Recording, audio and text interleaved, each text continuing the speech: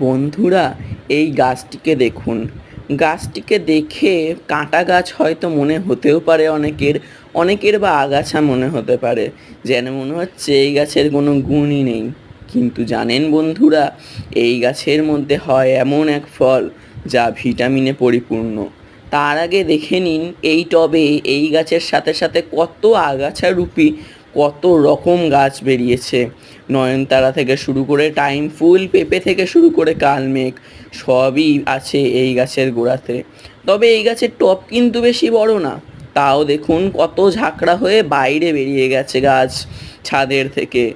আর এই দেখুন বন্ধুরা, এই ড্রাগন গাছে হয় এমন একটি কুঁড়ি, আর কদিন পর এই কুঁড়ি থেকে ফুল ফুটবে, ফুল থেকে হবে ফল, যেই ফলের নাম ড্রাগন ফল।